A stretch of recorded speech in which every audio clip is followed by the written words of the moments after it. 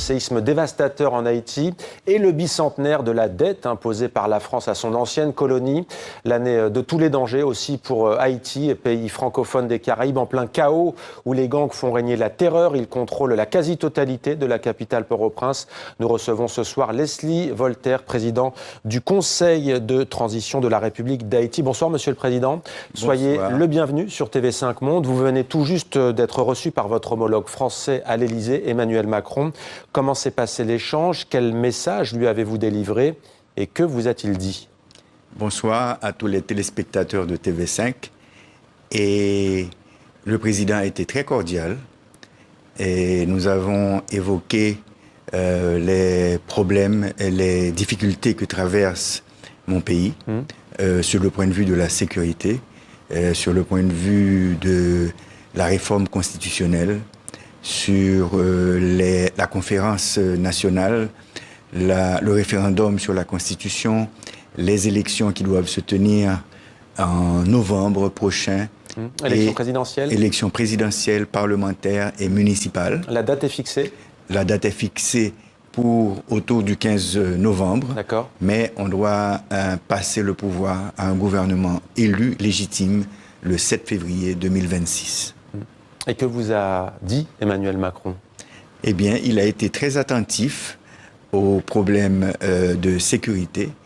Il a promis de renforcer le blocus pour éviter le trafic de drogue entre la Colombie et Haïti.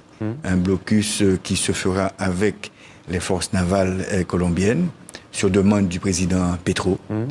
Et il a aussi parlé de renforcer l'aide en sécurité, en éducation, en énergie et en reboisement de l'environnement. Et aussi, sur ma suggestion, d'aider à former un corps civique qui inclurait les enfants soldats, les jeunes qui sont au chômage, pour aller aider au reboisement du pays. Quand vous dites les enfants soldats, ce sont les enfants enrôlés dans les gangs armés, notamment à Port-au-Prince? Ce sont les enfants des rues qui ont été enrôlés et qui sont exploités par les gangs et qui servent de bouclier humain aux gangs. Comment expliquez-vous, Monsieur le Président, qu'en Haïti, ces gangs armés soient aussi puissants au point de contrôler désormais, on le dit depuis maintenant des mois, une grande partie de Port-au-Prince?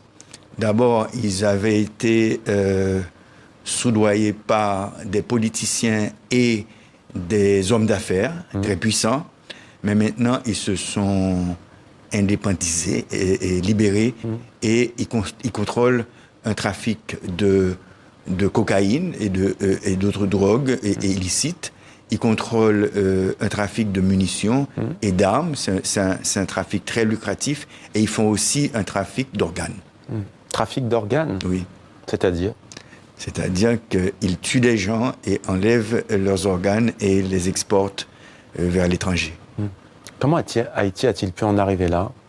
Eh bien, c'est depuis le tremblement de terre. On a eu un effondrement de l'État. Ensuite, on a eu une présidence qui a légalisé les bandits. Et d'ailleurs, qui avait un slogan de bandit légal et qui s'est associé aux bandes armées et qui ont contrôlé le pays. La présidence, dites-vous, a légalisé ces gangs armés? Oui, c'est bien ça. Sous quelle présidence? Michel Martelly, l'artiste. Ouais. Pourquoi? Pour contrôler le pouvoir, pour avoir un pouvoir de milice qui contrôle le pays. Ça, Michel Martelly, ancien artiste, vous l'avez dit, il a toujours nié? Bon, il a toujours nié, mais les Américains et les Nations Unies l'ont mis comme un associé au gang et ont sanctionné. Le 7 juillet 2021, Leslie Voltaire, le président haïtien Jovenel Moïse, était assassiné chez lui par un commando. Cette tragédie a-t-elle aussi précipité la crise généralisée, politique, sécuritaire, économique? Oui, tué par un commando d'anciens militaires, de vétérans colombiens. Ça s'est avéré désormais? L'enquête l'a prouvé? Ils sont en prison, il y a une vingtaine qui sont en prison et qui étaient associés aussi à des policiers haïtiens qui sont aussi en prison. Juste avant que la question m'échappe, parce que nous-mêmes dans nos journaux, nous parlons beaucoup de Port-au-Prince. On sait peu de choses sur les campagnes en Haïti. La situation y est moins violente? La situation est calme dans 8 régions géographiques qu'on appelle les départements géographiques. On en a 10 départements. Et dans la zone métropolitaine, tout le monde dit 85%, mais je pense que c'est moins que ça. Et aussi dans l'Artibonite, qui est la vallée où on produit du riz, les policiers, les militaires et les soldats kenyans qui font partie de la force multinationale ont pourchassé les bandits et ils ont réduit l'influence des gangs dans cette région. Samedi, au moment où vous rencontriez le pape François, on va y venir dans quelques instants, le Kenya annonçait le départ d'un nouveau contingent pour votre pays, 217 policiers. On peut dire qu'aujourd'hui, le contingent est porté à 1000 hommes. Le contingent est porté à 800 hommes. 800 hommes. 600 Kenyans, à peu près 30 Jamaïcains, 150 Guatémaltèques et à peu près 8 ou 10 Salvadoriens, mais les Salvadoriens seront 80. Venus du Salvador. Quel bilan tirez-vous de cette aide qui a commencé il y a 6 mois, fin juin? Eh bien, c'est une aide qui est appréciée par les Haïtiens, mais qui n'est pas assez efficace dans le sens où on nous avait promis 2500 troupes et on n'a qu'un tiers. Maintenant que le secrétaire d'État Marco Rubio aux États-Unis a annoncé qu'ils vont financer la force multinationale, probablement que le président Ruto va envoyer les 400 Kenyans qui restent. Nous, on a déjà plaidé aussi aux Nations Unies pour transformer cette force multinationale en une force de maintien de la paix, pour garantir... Sous mandat de l'ONU? Sous le mandat de l'ONU, pour garantir le financement, parce qu'on ne savait pas si les Américains allaient continuer avec le financement. Et on n'a pas encore reçu le visa des Nations Unies parce que la Chine et la Russie s'opposent à cette force de maintien de la paix. La Chine à cause de nos liens avec Taïwan et la Russie à cause des Américains qui soutiennent l'Ukraine. Alors on voit comment la géopolitique internationale peut s'inviter justement et ajouter, si l'on peut dire, à la difficulté de la situation en Haïti, et parler de difficulté est un euphémisme. Vous avez évoqué des responsabilités intérieures, vous avez cité un ancien président tout à l'heure. Est-ce que selon vous, il y a aussi une part de responsabilité d'autres pays? On parle de la France, ancienne puissance coloniale, ou encore des États-Unis? Je pense que... Je le disais, c'est le bicentenaire de la dette qui avait été imposée par la France et qui avait mis à genoux Haïti. D'accord. Je pense qu'aux États-Unis, c'est très facile d'acheter des armes de guerre. La diaspora haïtienne, avec d'autres personnes aux États-Unis, peuvent acheter des armes et des munitions et les envoyer à travers la République dominicaine.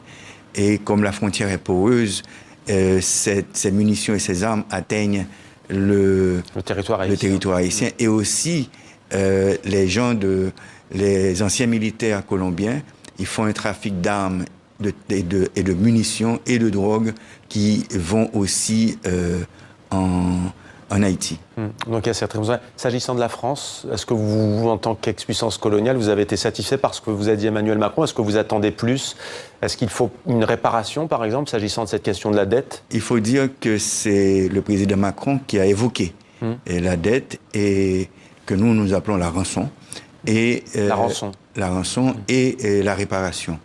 Nous disons que pour la réparation, il faudrait que dans les livres d'histoire, les Français, les élèves, les étudiants, la population sachent que la France a eu à établir un système esclavagiste en Haïti au XVIIe et au XVIIIe siècle et que ce système esclavagiste a des séquelles sur Haïti. Il faudrait que les élèves et les étudiants français sachent que la monarchie française a inventé un code noir qui classait les Haïtiens en plusieurs catégories, blancs, carterons, mulâtres, et Sakatra, Grimaud, etc., qui sont toujours en vigueur en Haïti.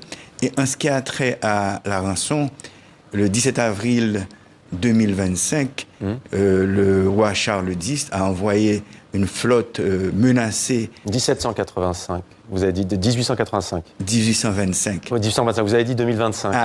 Il y a 200 ans, on va dire. Il y a 200 ans. Bientôt, il y a 200 ans, jour pour jour. Et le 17 avril, le président Macron a dit qu'il va annoncer quelque chose. Ouais. Une reconnaissance. Probablement. Au printemps prochain, on suivra cela. L'administration Trump, Monsieur le Président, a décidé de geler les programmes d'aide, d'expulser les migrants haïtiens et de bloquer l'accueil des réfugiés haïtiens. On a à peu près 200 000 Haïtiens qui ont bénéficié d'un programme du président Biden pour aller s'installer pendant 2 ans et travailler et envoyer des transferts d'argent en Haïti. Si ces 200 000 personnes reviennent en Haïti, on aura moins de transferts. Mais il faut dire aussi que le gouvernement dominicain expulse 10 000 personnes par semaine vers Haïti et aussi que la violence armée a déplacé près de 700 000 personnes de leur foyer et de leur quartier. Donc ça nous fait un problème où si le gouvernement du président Trump annule l'aide alimentaire, l'assistance humanitaire et l'aide au développement, ça va faire mal. Ouais. Et un dernier mot, vous avez rencontré le pape François samedi, il y a quelques jours. Il cite souvent Haïti dans ses discours, notamment Urbi et Orbi par exemple. Que vous a-t-il dit? Bon, d'abord, dans son encyclique Laudato Si, il prêche pour la maison commune, qui est la régénération de la planète. Il prêche aussi dans Urbi et Orbi d'une relation fraternelle et de solidarité avec les peuples. Et la paix en Haïti. Et moi, elle prie toujours pour Haïti. Merci. Il n'y aura jamais une occasion. Mais moi, je lui ai demandé d'initier une conférence internationale de solidarité avec Haïti, ce qu'il a écrit de sa main sur une feuille de papier. Eh bien, voilà une information à retenir, une conférence internationale pour Haïti sous l'égide du Vatican. Merci beaucoup, Monsieur le Président Leslie Voltaire, d'avoir répondu à nos questions ce soir en direct sur TV5 Monde. Merci. Merci, Monsieur Mohamed Kassi.